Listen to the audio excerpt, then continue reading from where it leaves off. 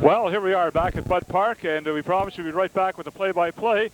The Fergus Friction Tech Juniors will be the home team, Roger, for this game, with the Fingal Boxall team being the visitors. Yes, Dave, we have a nice day here for ball. It's windy and it's overcast, but it's not humid certainly. It's a nice cool day for ball, and we have seen some great ball today, and I think this final is going to be a pretty nice game. Right, the umpires for today's game, Roger, at the plate is Eric Kane, at first base is Gary Chenier, and at third base is Craig Piffer. So that's the umpiring team for today's game, and we're just about set to go here. The starting battery for the Fergus team, we're fighting the wind, as you say. Catching is number 19, Jamie Lane, and pitching is number 11, Chris Van Zeppelin.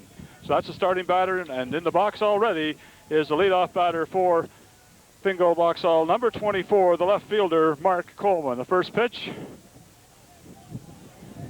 Mark is batting, he's 6 for 12 in the tournament. He's got 5 base on balls. He's got an average of 500. Here's the delivery in the dirt, back to the screen.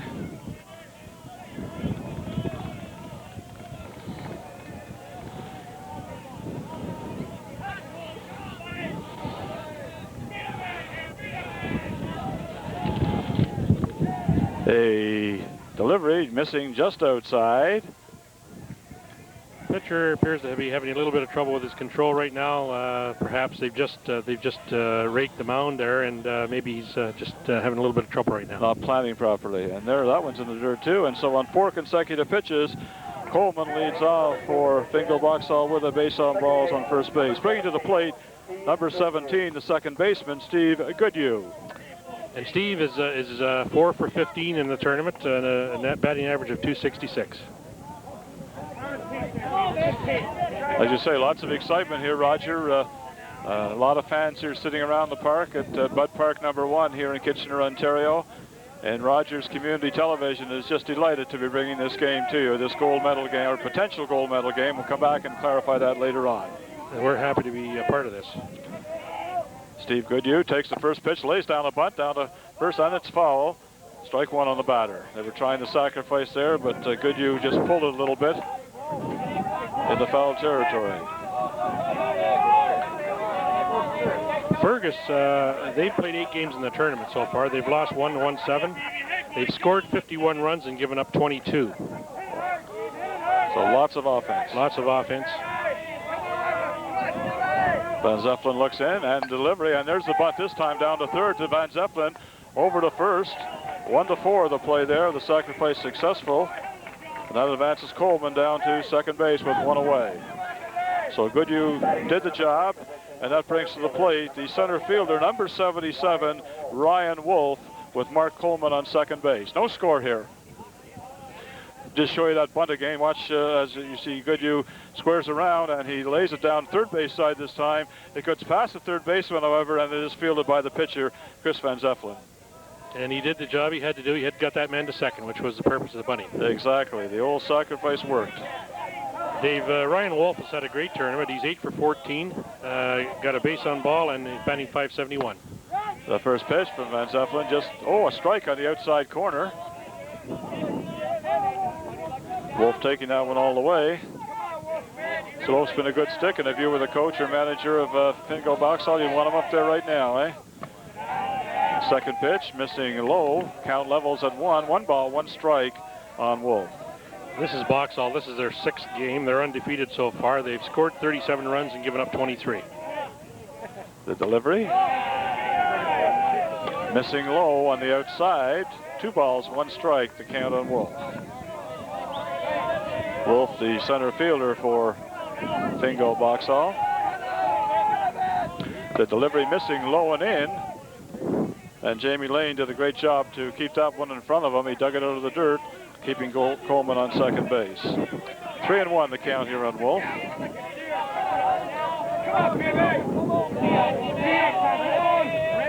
And there it is, a smash down the left field line, but foul. With this wind, Roger, anything hit anywhere close on the left field line is probably going to go into foul territory. Yes. Yes, the wind is pretty strong, and it gusts up at times pretty good, although we have seen some home runs here. Yes, we have. The last game we saw a tremendous home run. hit to left field, mind you. So, and there's the pitch on the full count, fouled off to the screen. Count holds, and 3 balls, 2 strikes on Wolf. Yeah, I think anything hit to right field is going to be held up pretty badly. Anything to center or left is going to do some drifting. But as you say, in a previous game we were watching, certainly the potential for a home run is still very much part of this game. Here's the delivery from Van Zeppelin. And that one is hit high, and the shortstop is calling for it. That's Jeff Dada, and he makes the catch for the second out here. So with 2 away and Mark Coleman on second base, that brings to the plate the pitcher of today's game and the cleanup hitter, Jason Dowdy.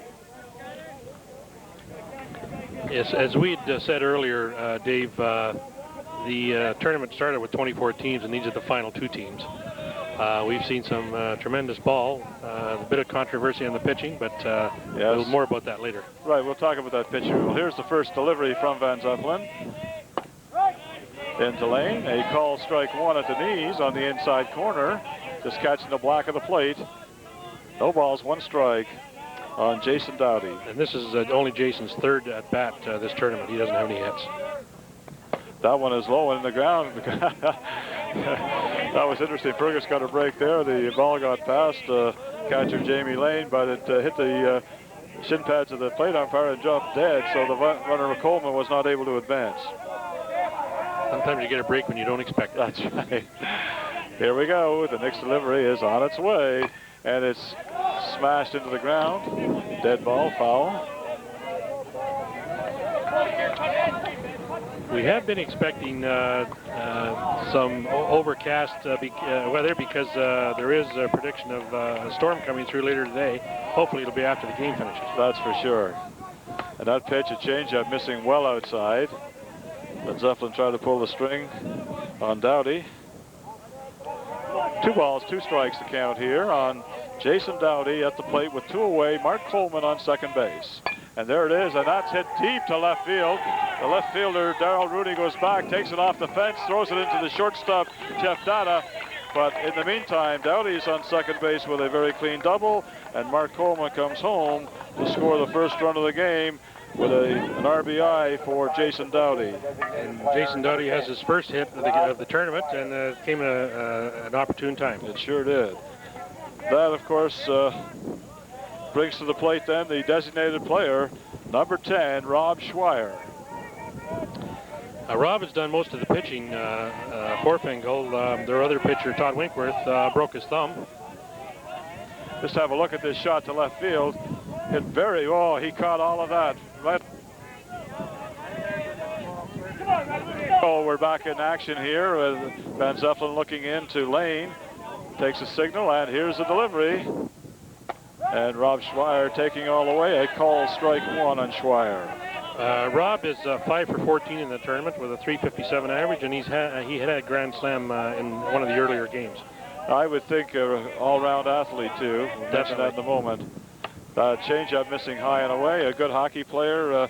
I have to say this for some of our fans, probably on the scouting list of the Montreal Canadiens. Would you think, Roger? Quite possible. Here's the delivery and a smash down to third, and that gets past Ryan Curtis at third base. And we have Schweier on first with a single, and that advances Dowdy over to third base. So with 2 away, 1 run in, we have runners on the corners. Bringing to the plate, number 9, the shortstop, Corey Winkworth. Corey is 1 for 7 in the tournament, but he has a home run. Well, if you're going to have 1 hit, that's the kind to have. You got that right.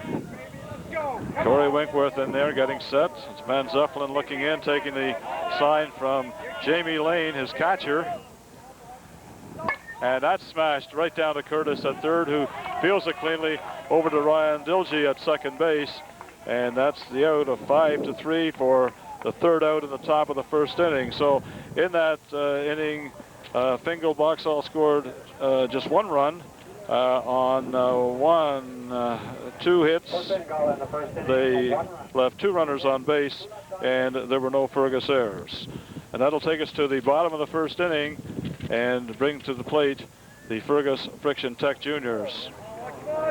Scheduled batter, Jason Barreton, Ryan Dilgey, and Jeff Dowdy. Committee for the 1997 Junior Men's Elimination Tournament. Welcome. The coach for Fergus is Butch Shute. Butch is from Owen Sound, and he's certainly well known in the area. He's been involved in ball for a number of years. Yes, he's been around a long time, as you say, and we mean that respectfully when we say that, don't we? That's true, and someone who's probably been around just as long, maybe a bit longer, is Bill Horn, manager of the Fingal team. I was thinking that Bill was coaching down there at third base in the top of the first inning, and we'll get a shot of him a little later. Bill Horn has been around a long time, involved with both the juniors and the senior team out of Fingal. So a busy man, very dedicated to the game of fastball. Yes, Bill was a great ball player in his day, a good pitcher and a good hitter. The starting, let's see, what do we got here? The starting battery then for the Fingal Boxall team will be catching Jason Snyder, number 70, and pitching to him, number 1, Jason Dowdy. So Jason to Jason. And that's a bit of a surprise because we had expected to see Rob Schweier. Yes, we had. But Rob has thrown a lot of games in this tournament.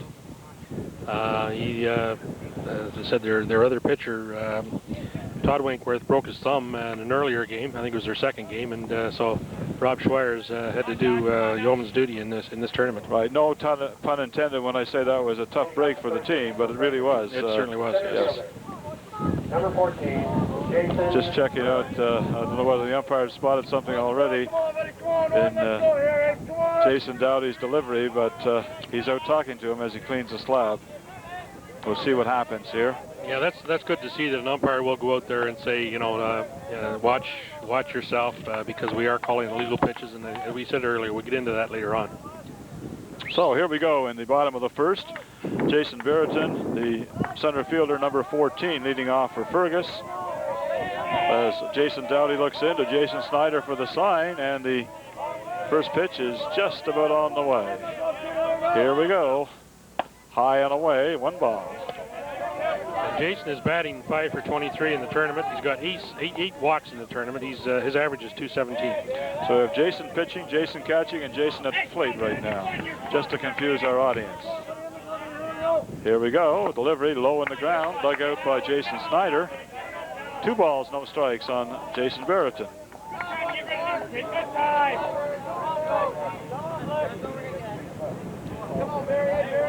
Come to his house here. Come to his house. This will have the opportunity here. This is the 75th anniversary of the Ontario Amateur Softball Association. Third pitch, just missing We just had an illegal pitch called. Let's just, for the moment, at least say that when an illegal pitch is called in an OASA function, it is a ball on the batter, and should there be a base runner on, the base runner will advance 1 base. Here's the replay of the illegal pitch. Well, that's a walk anyway. That one missed. There's the replay. And we couldn't really pick up what he did wrong. He may have planted twice, I'm not sure. However, the fact is that Jason Brereton is on first base with a base on balls. Bringing up to the plate the second baseman, number 26, Ryan Dilgey. Ryan Dilgey is 5 for 26 in the tournament. He has 3 walks. His average is 192.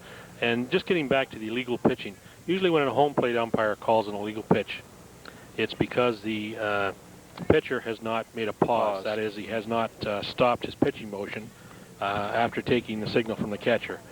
When the base umpires call it, it can be a few different things. It can be stepping back off of the rubber, that slab that you see out there in the pitching in the circle, and he can be called if he steps back of the with his planted foot. If he steps back of that rubber, he can be called for what they call crow hopping. So there are different things that he can be called for. Thanks, Roger. I think that helps to explain some of the things, and we'll keep monitoring that as we proceed with the game here today. So Ryan Dilgey, the second baseman at the plate. Runner on first, nobody away here. Bottom of the first inning. Fergus down 1-0 to Fingal Boxall. That first pitch was missed high and away. 1 ball on Dilgey. Second delivery from Dowdy, missing low and in. 2 balls, no strikes. Dowdy having a little trouble finding the strike zone here as he gets going in this bottom of the first inning. Come on now. Come on, buddy, run that glove. Ball 3. We notice over in the bullpen, Fingal, Boxall is warming up. Who is it, Rob Schreier? No, it isn't. It's Crocker, I think. Yes. Strike inside corner off the knees. 3 balls and 1 strike on Dilgey.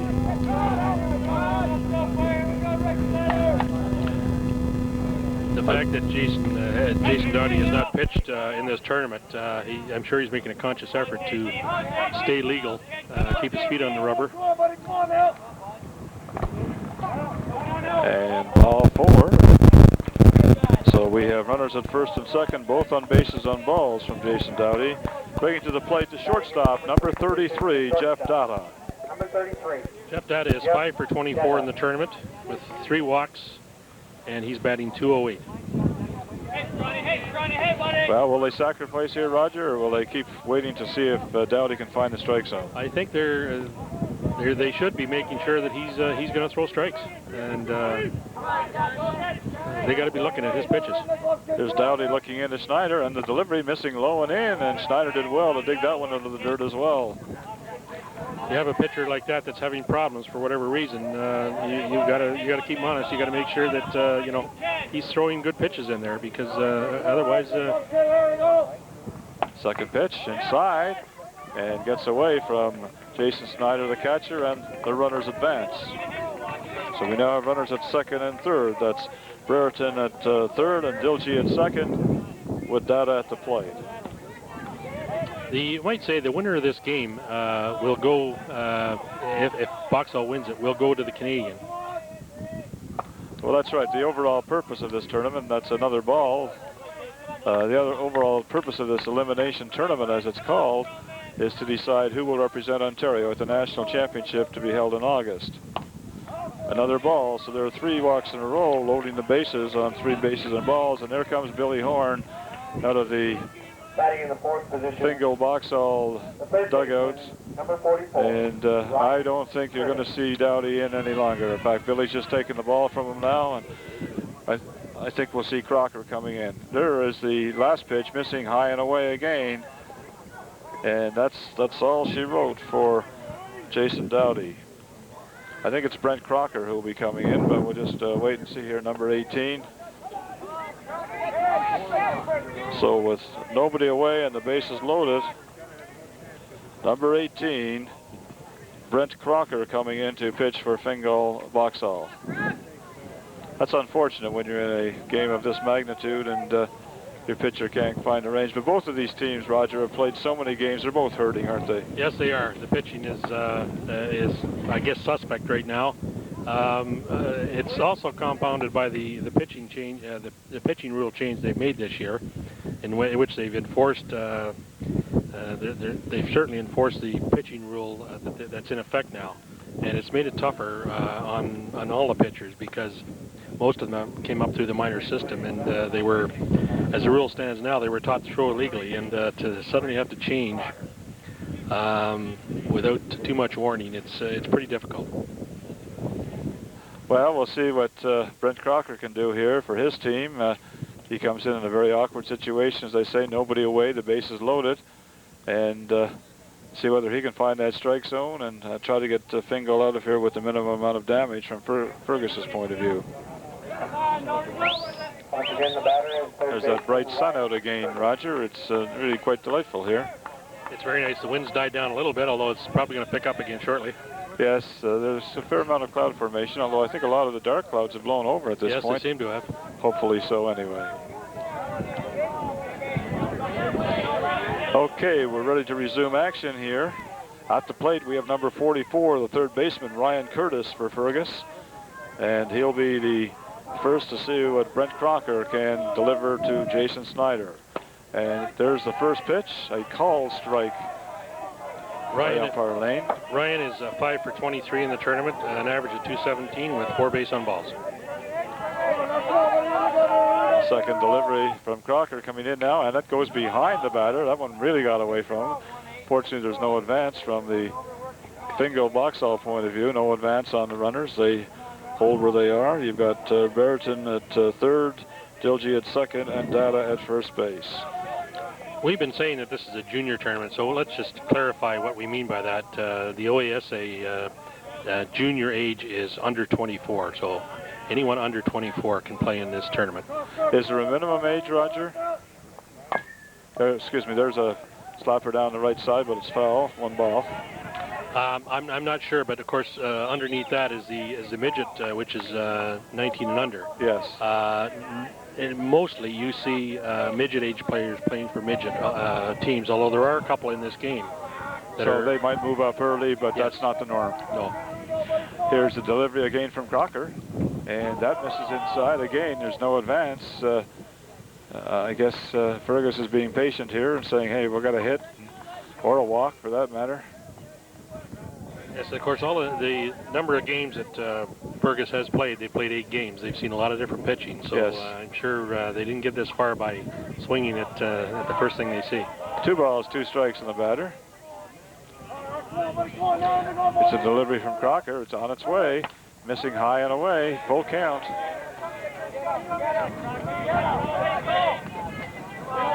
It's a very dangerous situation because we have the bases loaded and any illegal pitch calls, of course, the runners advance 1 base each. Right you are. Here's the delivery from Crocker. And it's a slapper down to short. And the only play he has is to touch third base. A really good play by Corey Winkworth. However, the run scores as Brereton comes in to tie up the game 1-1. So Dilgy is forced at third by the shortstop. Data goes on to second, and of course, we have Curtis on first base on a fielder's choice. Bringing to the plate then, number 23, the designated player, Todd Swift. Perhaps you want to comment on Todd Swift, Roger. Todd Swift is 12 for 21. He's got 2 home runs, and his average is .571. So you could say that he's in an ideal situation here. 2 men on base. A swinging strike 1. He hit the home run in the previous game we watched, Roger, deep to left field, a double 2-run homer. That looked like it went about 265, 270 feet. It was a long one. One of those you want to measure. Here's the next pitch from Crocker, a changeup up the middle. And they get the force at second. However, Swift beats out the relay. And so Curtis is out at second, 6-4. 2 away here, 1 run in. And runners at the corner bringing to the plate the first baseman, number 27, Mike Armbruster. There's the replay. There's the chopper down to short. And you see Winkworth up with the ball over to Goodhue, pardon me, at second base on the relay. But the throw across to first was not in time. Second baseman was a little slow getting there. Otherwise, they might have had a good chance at a double play. The pitch from Crocker, a call strike at the letters. 1 strike to count on Armbruster, the first baseman for Fergus. Here's Crocker's next delivery. And it's smashed to short, knocked down by Corey Winkworth, and he's able to keep the ball in front of him, and he throws it over to Steve Goodhue for another force on Todd Swift. So Armbruster would be on a fielder's choice, and the third out would be Todd Swift at second base, 6-4. So in the bottom of the first inning, Fergus comes back to tie the score, 1-1. They got 1 run. They had no hits, believe it or not. And they left 2 runners on base, and there were no errors charged against Fingal. So the score after 1 complete is 1-1. We're moving then to the top of the second here, Roger, and the game moving along in spite of all the base runners. 4 base runners left on in the first inning, 2 by each team. Moving along not too quickly. As I said earlier, if Fingal does win this game, they will represent Ontario in the Canadian Championships in Oshawa. However, if Fergus goes on to win it, then we would, the records would be 1 loss apiece for each team, and therefore we would have to play a second game because this is a double elimination tournament. Right. In other words, you have to lose 2 games before you're out. So we don't know whether this is our real gold medal game or whether this will be the prelude to the real medal game, the gold medal game. Here's the first pitch from Van Zeppelin.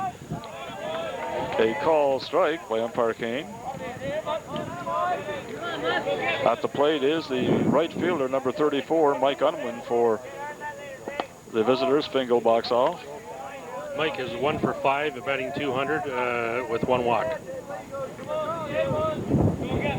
Van Zeppelin's next delivery on its way, and it's smashed up the middle. Shortstop Jeff Data makes a beautiful play and throws across to Mike Armbruster at first base, and they get the out.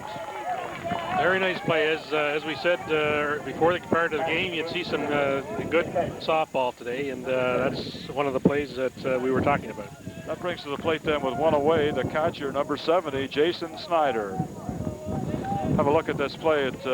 There's the throw across the first base, and he goes in head first, but not in time, and it's 1 away. The first pitch hit high in the air down the left field line, and that's what we mean by the wind, Roger. That ball almost started the shortstop position, and by the time Jeff Data came over, it was in foul territory and he had no play on it. Jason has a 3 for 13, and his average is 231. He's got 1 base on ball.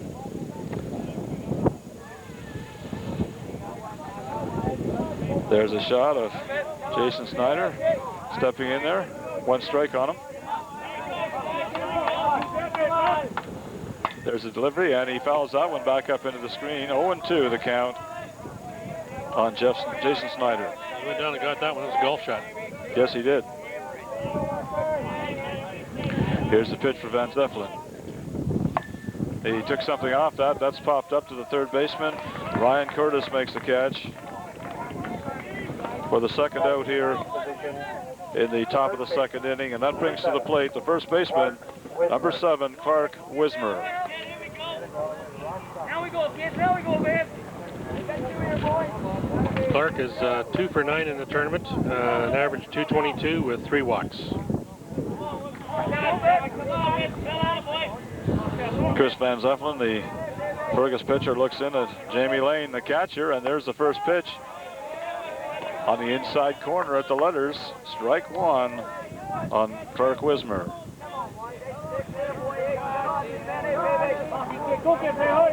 The delivery, and that one is smashed, but with the wind and got it off the end of the bat, it just sort of went up like a little flare, and Ryan Dilgey at second base made the out for the 3rd in a row. And so for Fingal Boxall in the top of the second, and nothing across. Head out to Little Caesar's Pizza. That'll bring us into the bottom of the second. And scheduled to bat for Fergus are Darrell Rooney, Jamie Lane, and Scott McDougall. There are 5 Little Caesar's Pizza locations in Picture Waterloo. These 2 teams that are playing today, Fingal, Boxall, and Fergus, are made up of, the teams are made up of pretty much local players.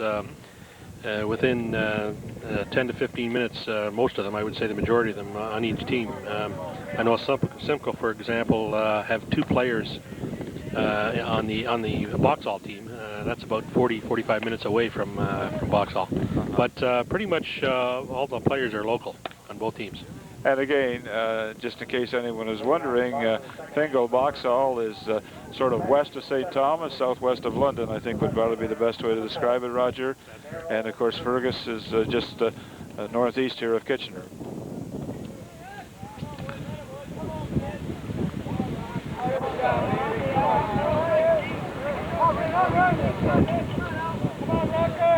Leading off then for the Fergus Fricton Tech Juniors in the bottom of the second, the left fielder, pardon me, number 4, Darrell Rooney. Darrell is 5 for 22 in the tournament, batting 227. The first pitch from Conker, a strike on the inside corner. Wasn't Rooney's pitch. He was taking it all the way on that one. There you are. There's Crocker looking in to Snyder, and here's the delivery. And a swinging strike 2. 0-2 the count on Rooney.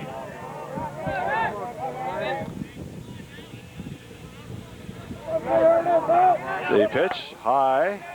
1 ball. Oh, legal pitch called. Would have been a ball anyway, but it was. 1 ball, 2 strikes, the count on Rooney.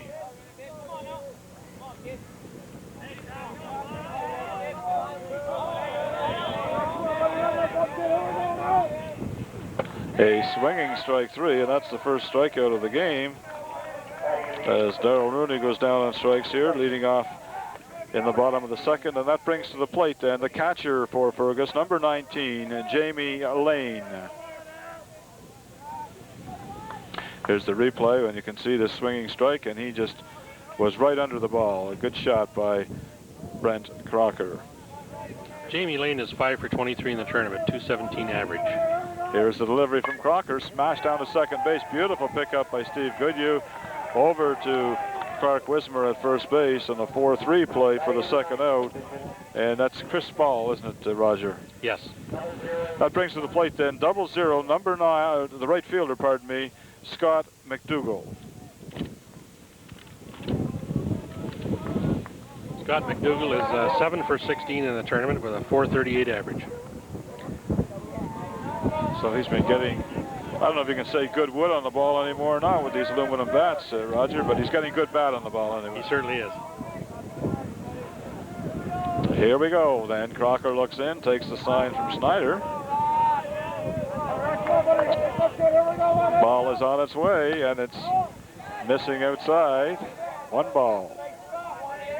With this wind out there, it's pretty difficult to get a good hit if you're putting the ball in the air. They got to try and pound the ball down on the ground and beat out a base hit, I think, is the best way to go.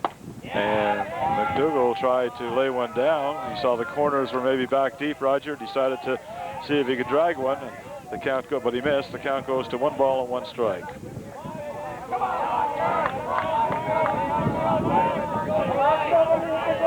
Here's Crocker's delivery, and missing outside. 2 balls and 1 strike.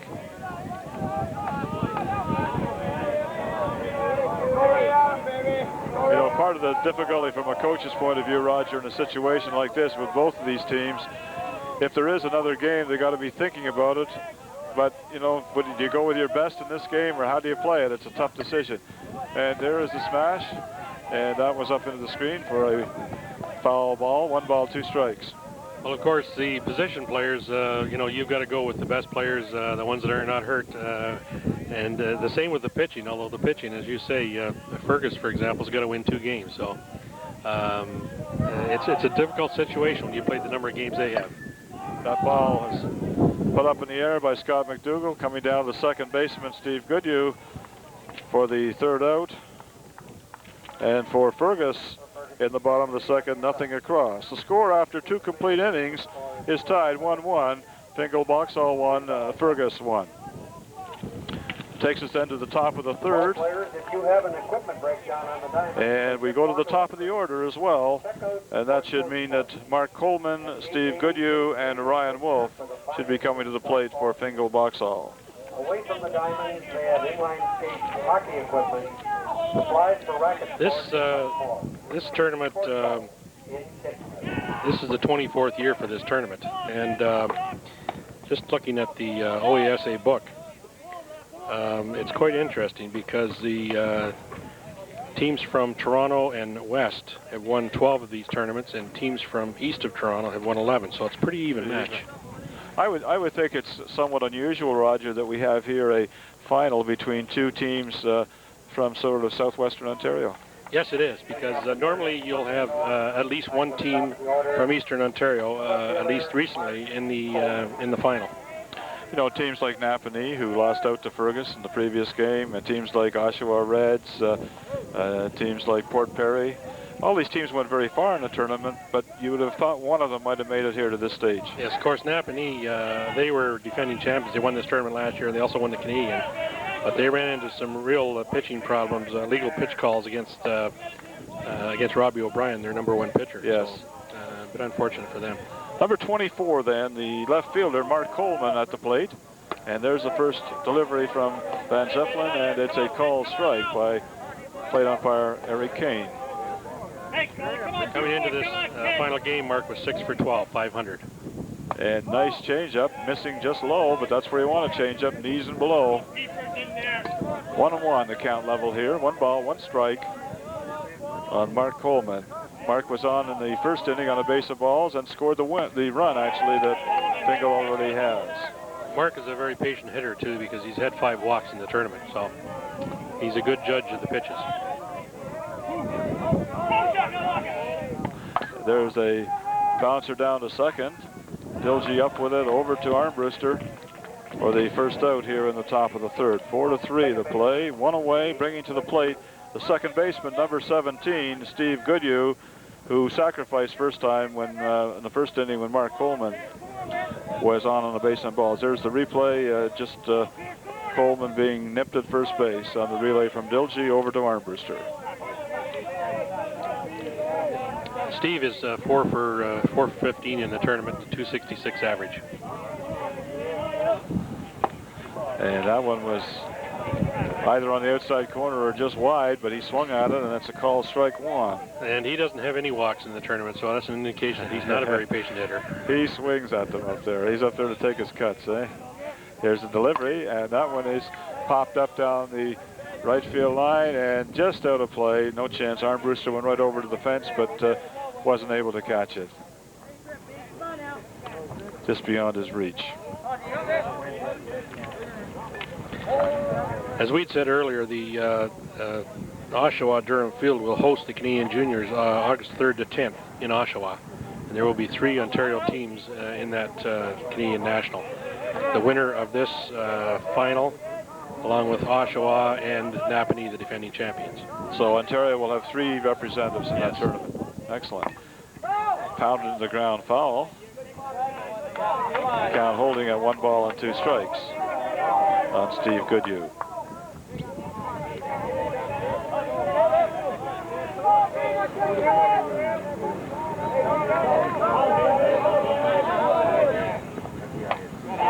Missing high, 2 balls, 2 strikes.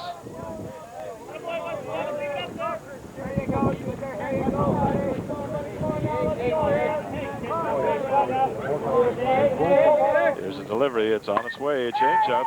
Hit deep to right field into that wind. Oh, a beautiful catch made by Scott McDougall out in right field. That one could have been trouble, but that's the iffy league. Yes, Scott was coming in on that pitch and then quickly realized that it was further than he thought it was, so he got back quickly and just managed to grab it. Right, with the wind, I think you assume playing right field today that the ball is not going to go deep, but that had more on it than it wasn't to hit too high. With 2 away then, that brings to the plate the center fielder for Fingal Boxall, number 77, Ryan Wolf. And Ryan's had a very good tournament, 8 for 14 coming into this game with a 571 average. There's the first pitch, missing away. Oh, sorry, a call, strike 1 on the outside corner.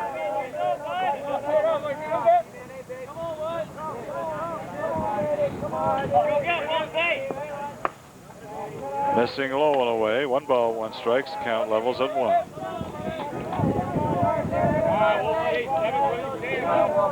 Wolf set, and Van Zeffelin's pitch smashed down to shortstop Dada, who throws it across to Armbruster for the out. And so after a rather exciting first inning, things have settled down here. Nothing across for Fingal Boxall in the top of the third. Taking us to the bottom of the third inning then, and scheduled to bat for Fergus will be the top of the order. Brereton, Dilge, and Dada. Just getting back to the Canadian tournament, which is going to be August 3rd to 10th in Oshawa. Right.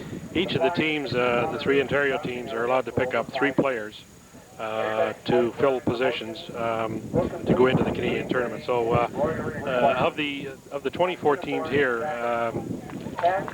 21 of them are able to have any of their players selected to play in the Canadian to a maximum of 9. That's 3 each. So there are some good ball players in here. So these teams are going to have a tough choice to make as to who they pick up to play for them.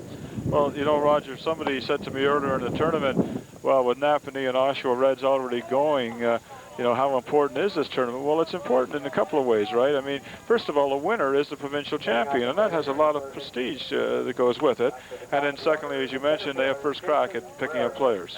They have the first 3 choices, that's right.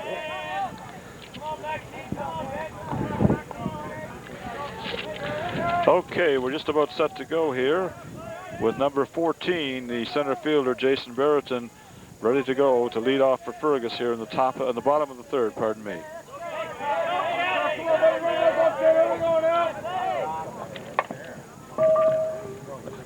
The first pitch from Crocker is smash foul down the left field line. 1 strike, the count on Brereton. And we've seen both teams now lead off with probably their best disciplined hitter. Jason is also well disciplined. He has 8 walks in this tournament. He's 5 for 23 coming into this game and a 217 average. So although his average isn't good, he's been on base a lot of times. A pitch from Crocker. They call strike 2. 0-2 the count on Brereton. I shouldn't say it isn't good. 217 in fastball is a decent average. Well, his on-base average would be excellent. His on-base average is excellent. Here's the delivery from Crocker. Missing high. 1 ball, 2 strikes. Kind of the waste pitch, hoping he might chase the high heat.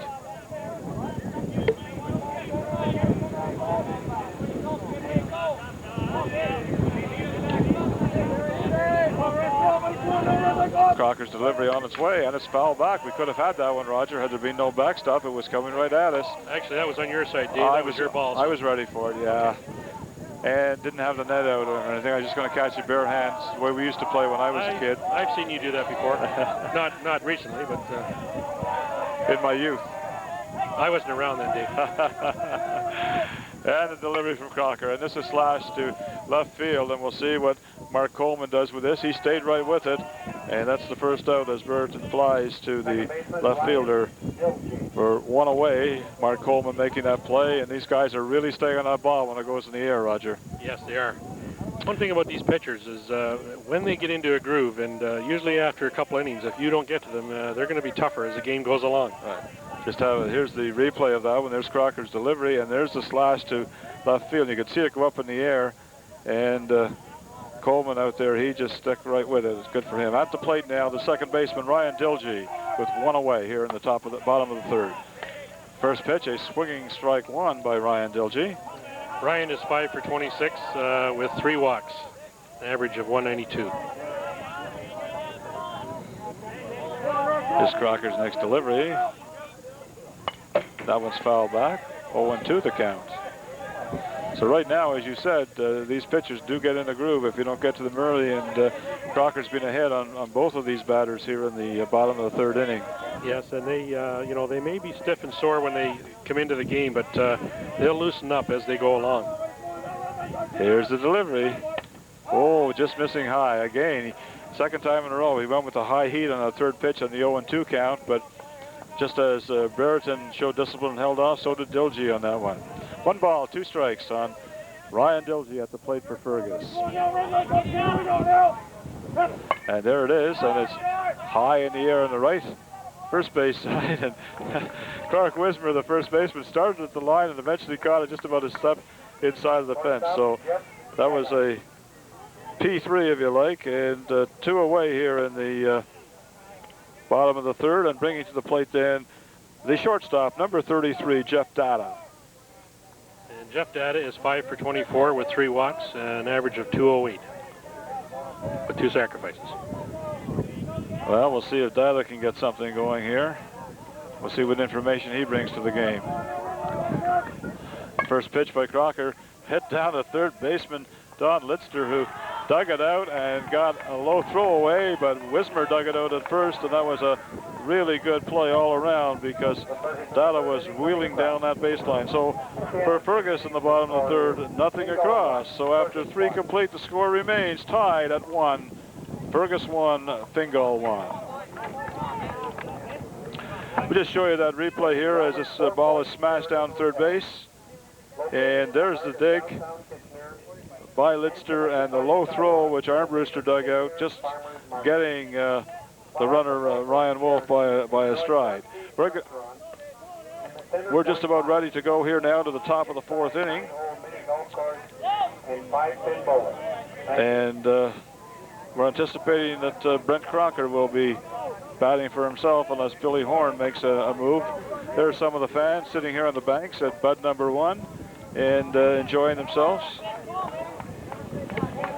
Yes, at this OESA Junior Elimination Tournament. And the OESA is the Ontario Amateur Softball Association is the oldest organization in softball, 75th year, and not just the oldest organization in Canada, but the oldest organization, a softball organization in the world. You can see those trees blowing, Roger. It's really windy here. We're a little bit protected, and we're getting lots of wind. So it is Brent Crocker at the plate now, leading off. This is his first at bat.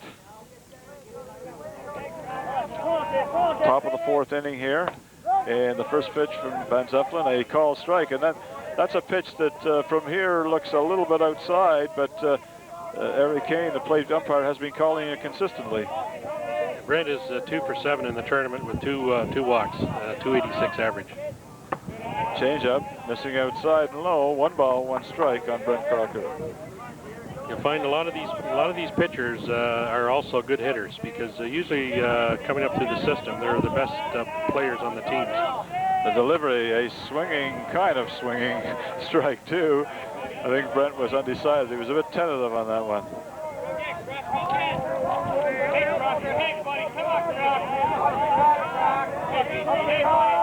The delivery, again, ooh, a changeup, which umpire Kane called on the outside corner, and that's a called third strike with a first out here in the top of the fourth, bringing to the plate the designated player number 10, Rob Schreier. As you said, Rob has done most of the pitching for Fingal Boxall in this tournament, Roger. I would assume they're trying to give him a bit of a rest, or his arm a bit of a rest this game, and if they have to go to another one, I'm sure they'll probably come back with him. Yeah, and he was down there earlier, I think, trying to loosen up and work out the tightness. Whether he's able to or not, I guess only time will tell. Rob's 5 for 14 with a grand slam in the tournament. Missing outside the first pitch for Van Zeppelin. 1 ball to count on Rob Schreier. So although maybe he can't pitch them to a win in this game, maybe he can do it with his bat. Here's the delivery. On the outside corner at the knees. 1 strike, 1 ball. Count levels at 1. 1-1. There's a score. 1 for Fingal Boxall, 1 for Fergus, top of the fourth. There's a delivery, missing low in the dirt. Nicely dug out by Jamie Lane, the catcher. 2 balls, 1 strike to count.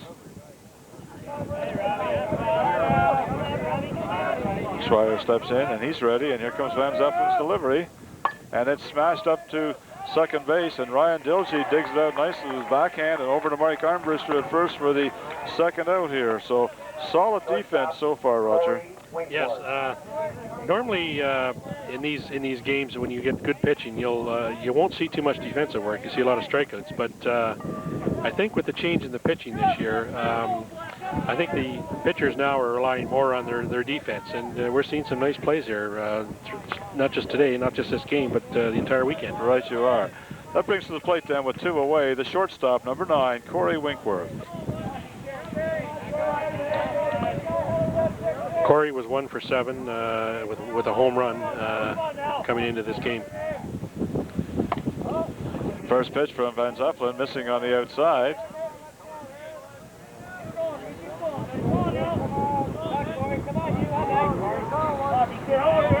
Next delivery on its way, and that's smashed back into the screen. Foul. The count level at 1. 1 ball, 1 strike.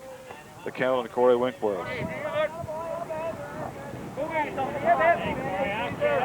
Todd Winkworth broke his thumb in an earlier game, so I guess Corey's going to have to do the job for the family. Next pitch there from Van Zeppelin, coming in high and away. 2 balls, 1 strike.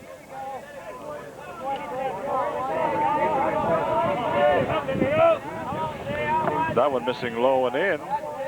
3-1 now. And Van Zeppelin in danger of giving up a base on balls. He's only had 1 so far today, and that was the leadoff batter, and it cost him a run. Those bases on balls often come back to haunt pitchers. And that one is hit to left center, fairly high, but Jason Barrington over and makes the catch. As you say, when they get up in the air, there's not much hope, Roger, unless they're really hit.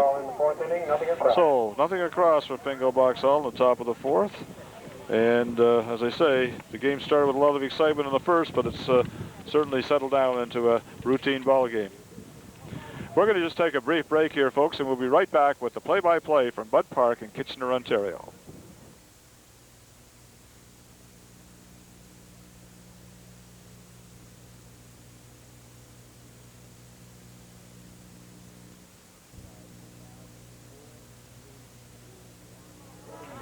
Well, we're back here live at Bud Park in Kitchener at the junior elimination, junior men's. The second pitch from Crocker is slapped down to short, and Corey Winkworth makes a beautiful grab backhand again across to Clark Wismer at first base, and that retires Ryan Curtis for the first out here in the bottom of the fourth. Fergus at the plate, Fingal, Boxall in the field at this point in time. And that brings to the plate then the designated player for Fergus, number 23, Todd Swift. And Todd is 12 for 21 in the tournament, 2 home runs, and we mentioned that the previous game he had the game-winning home run, 2-run shot to win the game, put them in this game. That's right. That was the game against Napanee, and the score ended up 4-2 in that game, I believe, Roger.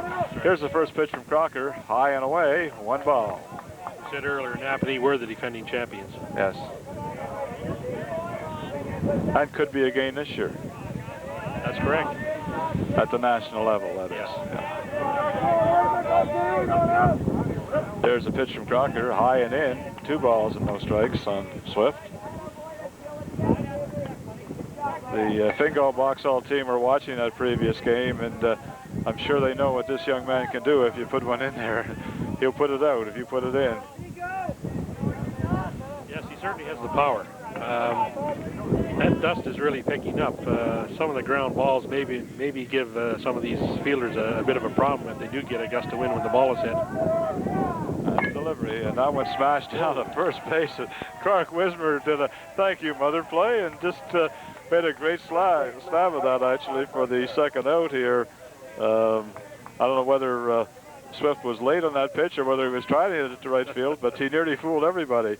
2 away here in the bottom of the fourth, and that brings to the plate the first baseman for Fergus, number 27, Mike Armbruster. Armbruster's 8 for 22 in the tournament, batting .364. First pitch, a called strike from Crocker. 0-1 the count. Armbruster got on the fielder's choice in the first inning. Here's Crocker's delivery. Missing high. Count levels at 1. 1 ball, 1 strike on Armbruster.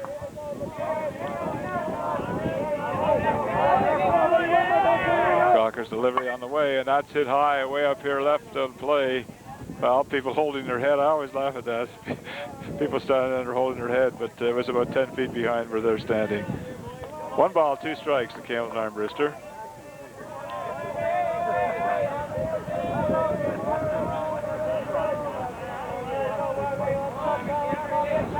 Wind had died down earlier. It's now starting to pick up again. The clouds are blowing away and the sun is shining. There's the pitch. Oh, a drop third strike, throwing down to first base and the out. So it didn't cost them, but just for a moment there, that ball got away from Jason Snyder, the catcher. And so in the fourth inning, nothing across for Fergus, and the score remains after 4 complete, 1-1, a 1-1 tie.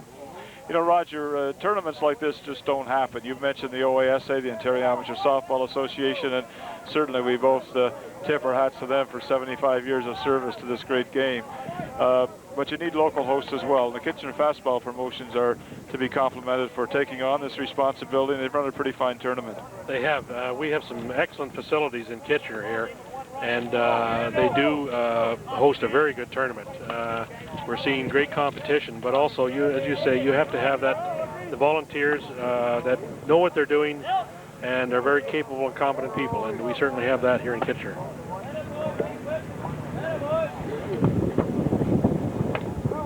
Leading off the 5th inning for Fingal, the right fielder, Mike Unwin. The other thing too, Roger, of course, is that we need corporate sponsorship, and you know, Roadway Suites as being the main sponsor of this tournament, and they're a chain of hotel motel accommodation, and certainly you know, we appreciate that kind of support as well. No question. There's a nice, beautiful roadway suite right down the road from here, about a mile and a half.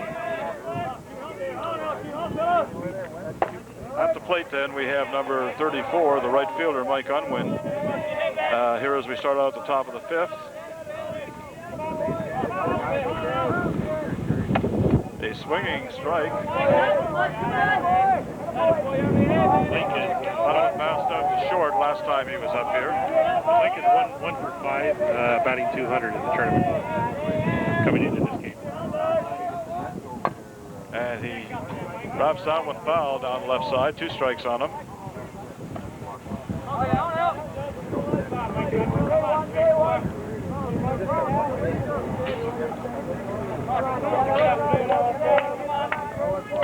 Unwin steps back in and he looks out, taking the pitch from Van Zeppelin. Here it comes. And smashed down to third.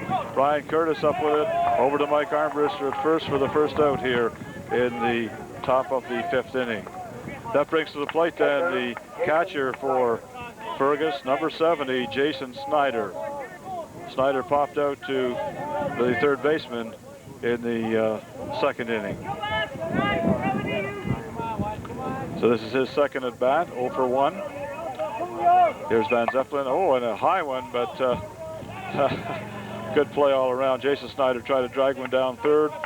Curtis came charging in from third base and realized it was going to go foul and let it go. Jason is 3 for 13, batting 231 coming into this game. 1 strike on the batter. Jason Snyder, the catcher for Fingal Boxall. Van Zeppelin's delivery, and there's a pitch low. 1 ball, 1 strike.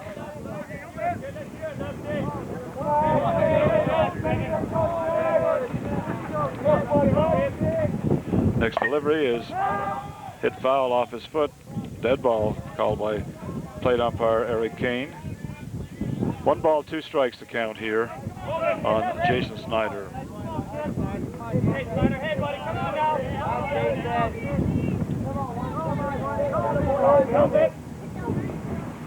And the pitch, low and away.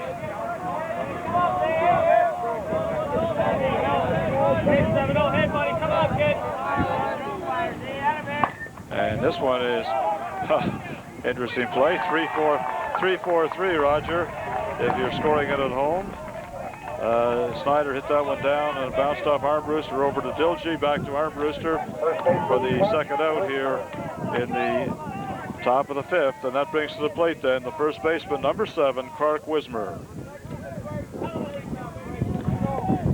Clark is 2 for 9, 222, and he has 3 walks. Just notice the trainer for the Fingal Boxall team, Lauren Thompson, out there with, I guess it's number 70. I guess it's Jason Snyder as he slid into first base. At the plate then is the first baseman, number 7, Clark Wismer.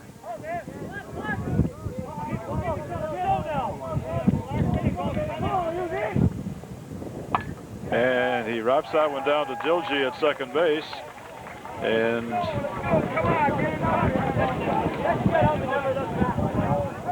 for the third out here in the top of the 5th, and for Fingal in that inning is nothing across. So we go to the bottom of the 5th inning with Fergus coming up. Leading off should be the left fielder, Darrell Rooney. The wind hasn't let up at all here, Roger, and we hope the wind isn't interfering too much with our broadcast. We're trying to do our very best under these conditions. Yes, I think we're getting a bit of feedback, but we'll try and do the best job we can. Talked about the Canadian nationals and the teams that come out of this tournament. We've had in Ontario here numerous players, pitchers and otherwise, that have played in this tournament, and they've gone on to represent their province and their country at Canada Summer Games, the Pan Am Games, and both the ISC and the ISF World Championships. So Ontario has been well represented right across the country in tournaments and throughout the world in tournaments.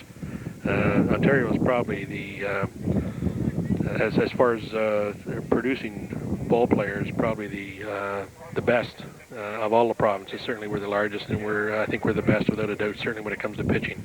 There's no comparison to any other province. Well, you know, Roger, you've spent a lot of time with groups like the ISF and the ISC, and it's amazing how many of those American and other country teams will pick up Canadian pitchers, as you say. That's for sure. Some of the ones that have had success that have played in this tournament are Peter Finn, Dan Yancey, Brad Underwood, Todd Martin, just to name a few. They've been outstanding pitchers and gone on to great success throughout the world. And that first pitch, I guess, came off the screen. That first pitch was fouled back by Darryl Rooney. He tried to lay down a bunt, so it's 1 strike. I wondered why Jason Snyder, the catcher, wasn't making more effort to get it, but it had tipped the screen up top. So dead ball, 1 strike. Crocker's set, and the delivery is on its way. And again, it's laid down, and he beats it out at first base. The first baseman, Wismer, came in and threw it down to Goodhue, but we've got Darryl Rooney on first base with an infield hit. Bringing to the plate the catcher, number 19, Jamie Lane. We have seen a lot of that, Dave, in this tournament. Runners going down and sliding into first base. That's not recommended, but there's a lot of them have done it. Some have been successful and others not. Here's Crocker's delivery. And this one is laid down as well. Crocker has to field it, and he gets it there in time over to Goodhue. The sacrifice works. 1-4 the play, but it does advance the runner, Darryl Rooney, down to second base with 1 away. He's in scoring position. Bringing to the plate, 0-0, the right fielder, Scott McDougall. Remember, Scott made that good catch in right field earlier. The ball hit deeply to him. Yes, Scott is also a good hitter. He's coming into this game, he's 7 for 16 with a .438 average. He popped out to second base the first time up, and he gets a hit now, and Rooney makes a turn at third, but decides to stay right there. So with 1 away, we have runners at the corner for Fergus as they're threatening here to go into the lead. And we go to the top of the order for Fergus, the center fielder, number 14, Jason Brereton. And again, I'm sure Jason is going to be very patient. He's got 8 walks in this tournament. He's 5 for 23, so he's going to take a good look at those pitches and make sure that they're in the strike zone.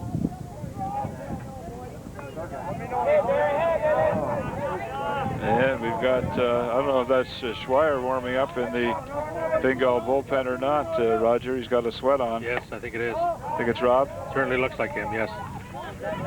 Can't see his number with that sweatshirt on, but it does look like him. Let's set the scene here, folks. It's a 1-1 tie, bottom of the 5th, in a scheduled 7-inning game, although it will be played to conclusion. Runners at the corner here, 1 away, and the leadoff batter, pardon me, at the plate. That's Jason Brereton.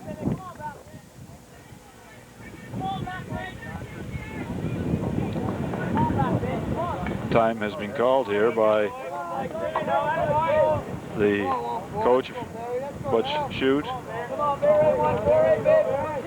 We're now back live and just about ready to get going here as Crocker is checking out the 2 runners, making sure the infield knows where they're going to go if the ball is hit to them. Crocker's set, looks into Snyder, takes a sign, and here's the delivery. High.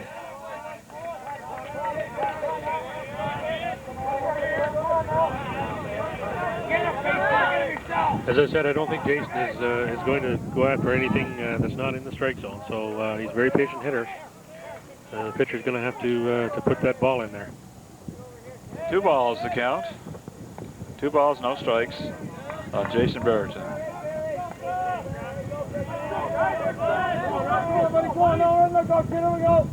And he squares around as though he were going to bunt, but the corners came charging in.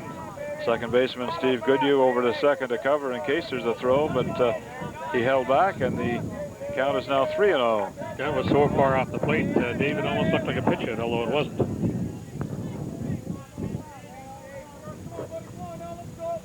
And there's the pitch. A call, strike 1. Umpire Eric Kane at the plate was a little slow to signal that one, and I was kind of wondering what he was going to call, although it looked to me like a good pitch from here. So the count now, 3 balls, 1 strike.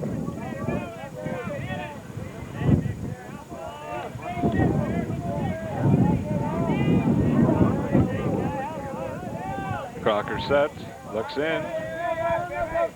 Pitch is on its way, a swinging strike 2. The runner goes, and the runner comes to the plate and scores. Oh, bad defensive play.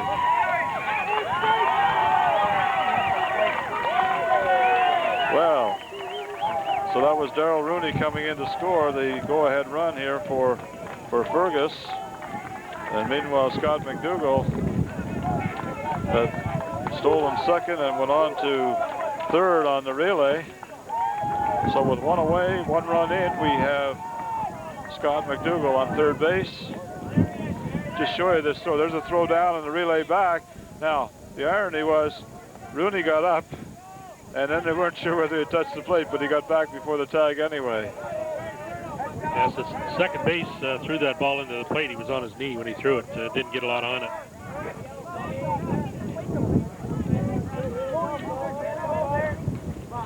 Come on, buddy, come on now, let's go here. We're going up. There's the pitch, missing high. Brereton's on first base on a base on balls, his second of this game.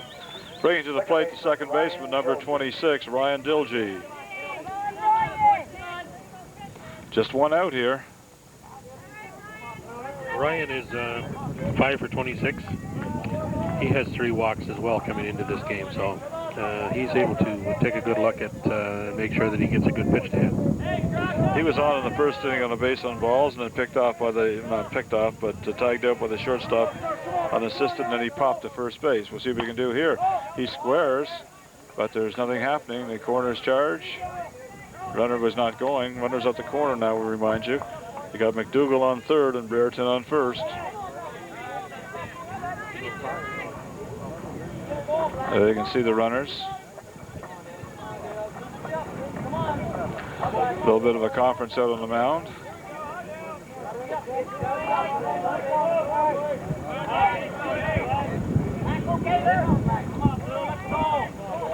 That was a good look at Ryan Dilgey, the batter for Fergus.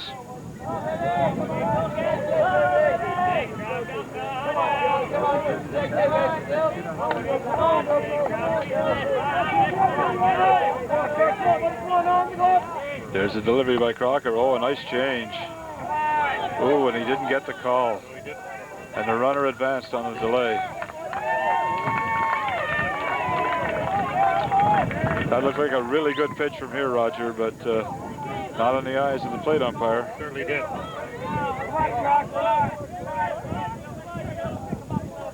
That hurts when you're struggling just a little bit. You don't get that call. Here we go. Crocker set again, delivering to Jason Snyder, the catcher, and that one is topped up foul out of play, just behind home plate screen.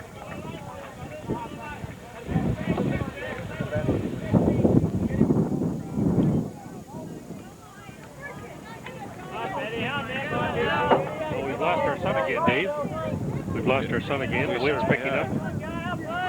The wind is picking up for sure. Here's the next pitch by Brent Crocker, the checker for Fingal Boxall. That one to me looked a little high, but he got that call.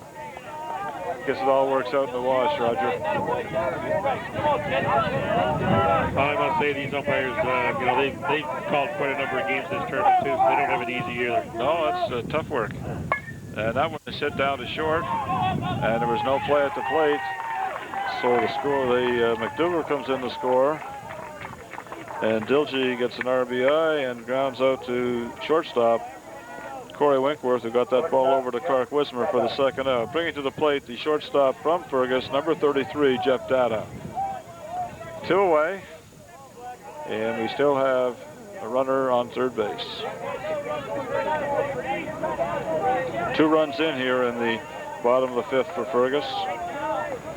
They've been on a tear this tournament after losing their first game. They've just really been pumped up.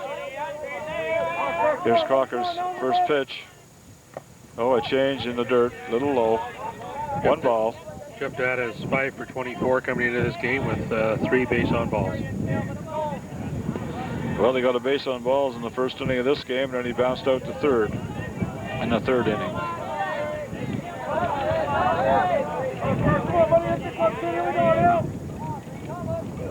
And that one is hit to fairly deep left field. Mark Coleman under it and makes the catch for the third out, and so Fergus scored 2 runs on 2 hits, and they stranded 1 runner, and there were no errors committed by Fingal Boxall. However, the score now after 5 complete innings is Fergus 3, Fingal Boxall 1. We'll be right back with further action.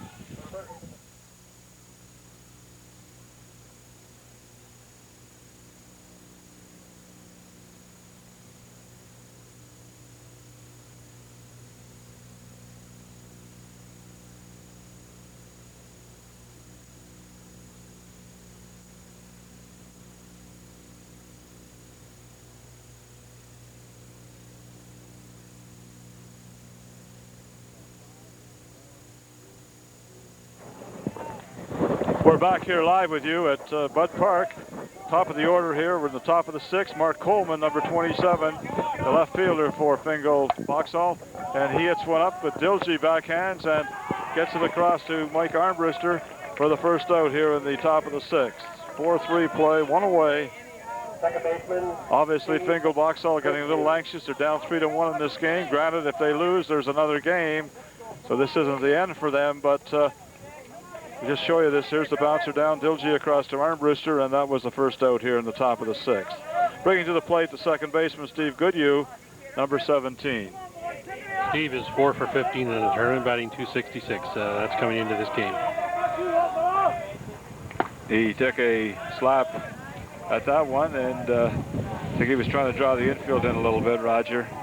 1 strike to count. He sacrificed in the first inning and fly to right field in the third inning.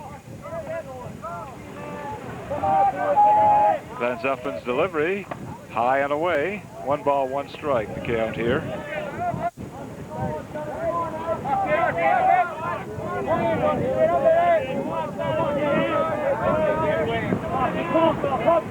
Here's the pitch, and that one is hit fair down the right field line. The right fielder, Scott McDougal, came in very quickly, however, to hold Steve Goodhue to a single down the right side. Ryan Wolf. That brings to the plate then Ryan Wolf, number 77, the center fielder for Fingal Boxall. 1 away, runner on first, needing a couple of runs to get back into this game. And Ryan Wolf is the batter you want up there, because Ryan coming into this game was 8 for 14, 571. So he certainly is a consistent hitter. Here's the first pitch from Van Zeppelin, and that's hit to straightaway center field. Jason Bearden just backs up a step and makes the catch. Unfortunately, routine fly ball in this weather condition. 2 away, runner still on first, and the person of Steve Goodhue, and bringing the pitcher, Brent Crocker, number 18, to the plate. This Fergus team is a pretty good defensive team. They seem to be very solid. Yes, they are.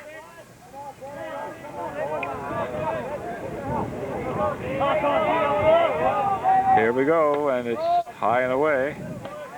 1 ball to count on Brent Crocker.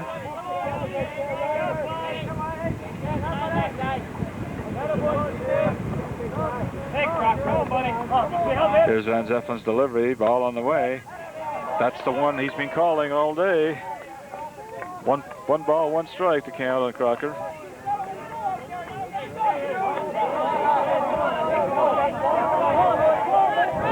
Number 11, Chris Van Zeppelin looking in at Jamie Lane, and here's the pitch. And that's the call again on that spot. 1 ball, 2 strikes.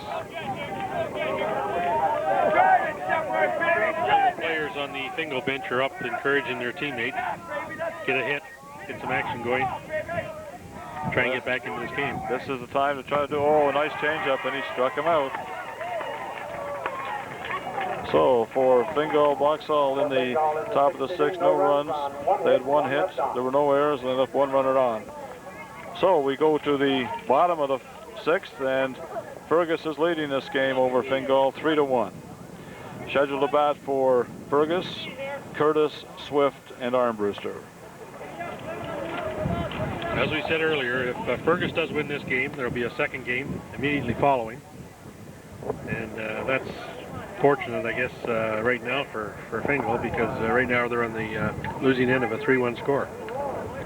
Yes, and as we explained to the viewing audience earlier, Roger, they haven't lost in this tournament, so if they do lose this one, they would have one loss, and because it is double elimination, they got a chance to have a replay with the Fergus team, who would also only have one loss at that time. That's right.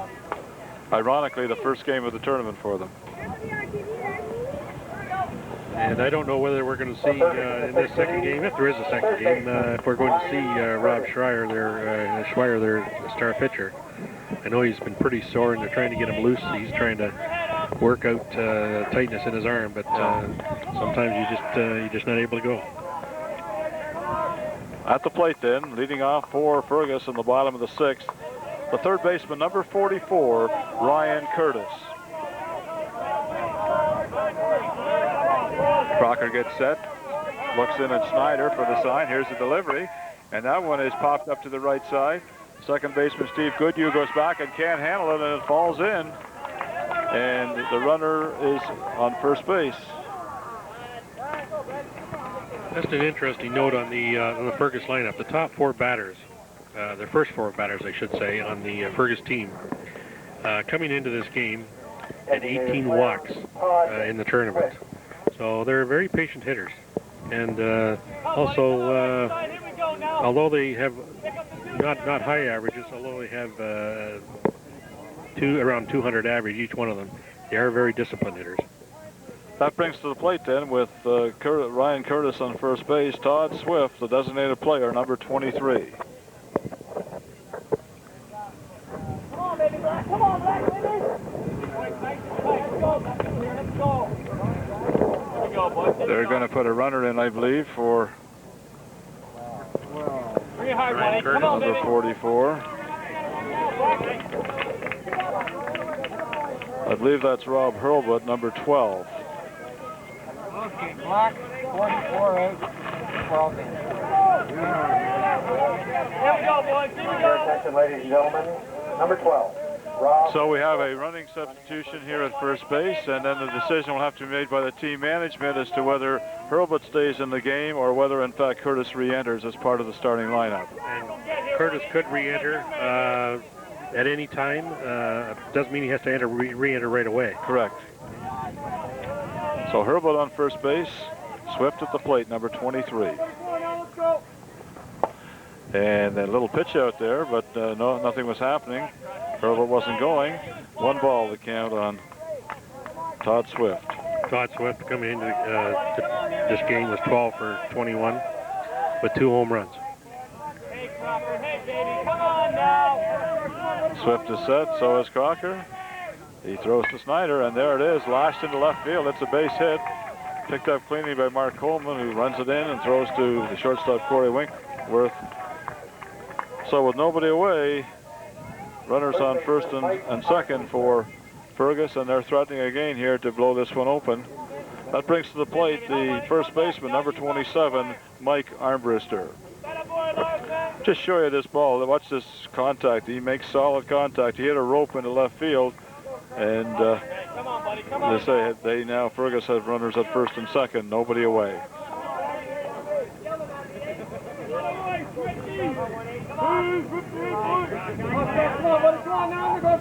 Here's the pitch from Crocker. Oh, nice play. Got a double out of it. Yes, they did. Yes, sir. Armbruster squared around. You got a triple play? Triple play. Wow. What an excitement. Well, first of all, Armbruster squared around the bunt, and he popped up to 3 unassisted. There's the replay. There's the play down the first. There's a double play for the runner there. And then just casually threw it across the second base for the triple.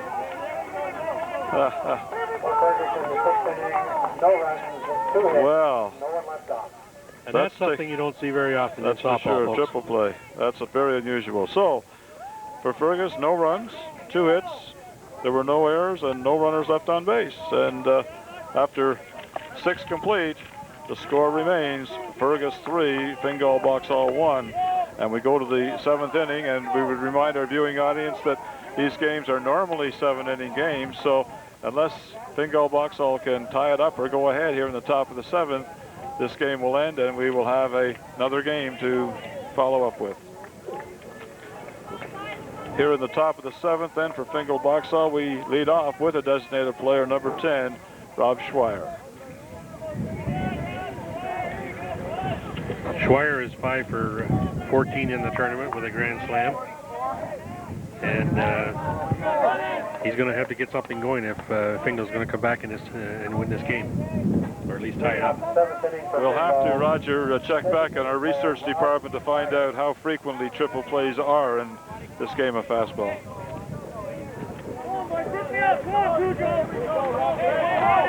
Van Zeppelin is set out there with Lane, his catcher. Robbie Schweier steps in, the DP for Fingal, and takes the first pitch high.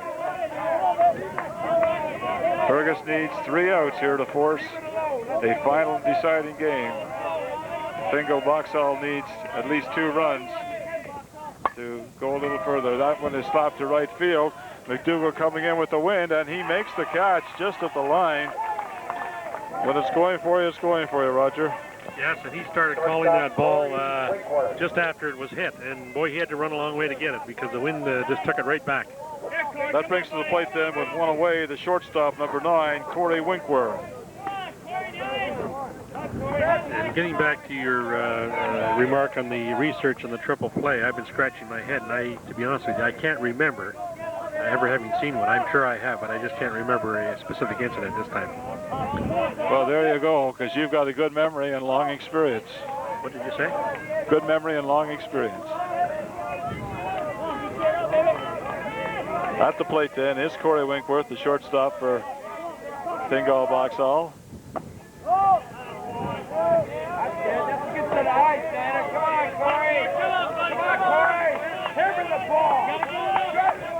Here's Van Zeppelin ready. Here's the delivery. It's on its way. And that one is slashed straight away deep center.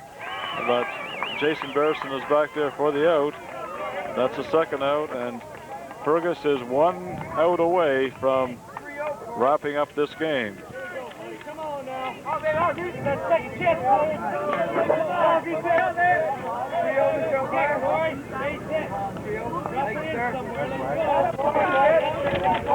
At the plate then, number 34, playing in the 9th position, right field, Mike Unwin.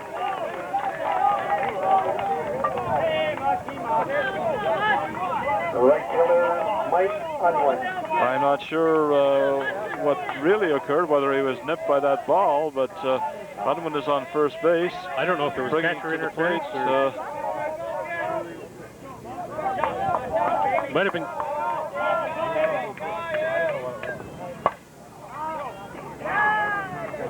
Okay, that one was hit foul down the right field line. And I'm sorry, at the plate now is number 34, the right fielder Mike Unwin. The runner on first base is Corey Winkworth, who I thought had flied out to center, but there must have been an illegal pitch. Well, Robert, here's a replay we're going to show you right here. And that's a ball. I can only assume there had been an illegal pitch on the previous...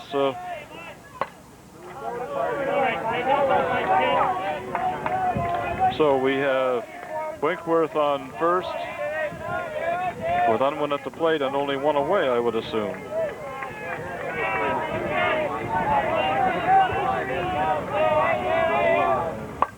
And that one is slashed into right field. McDougall going back. He makes the catch in foul territory for the second out.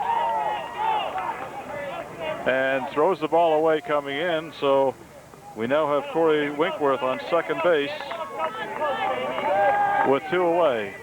Bringing to the plate, the catcher, number 70, Jason Snyder. I can only assume, Roger, that on that, what we thought was the second out, that fly ball to center field fairly deep by Corey Winkworth, there must have been an illegal pitch, and therefore he had the option to go back to the plate. And with the ball, he got a base on balls to be on first, now on second base. So 2 away here. Fingal still hanging on.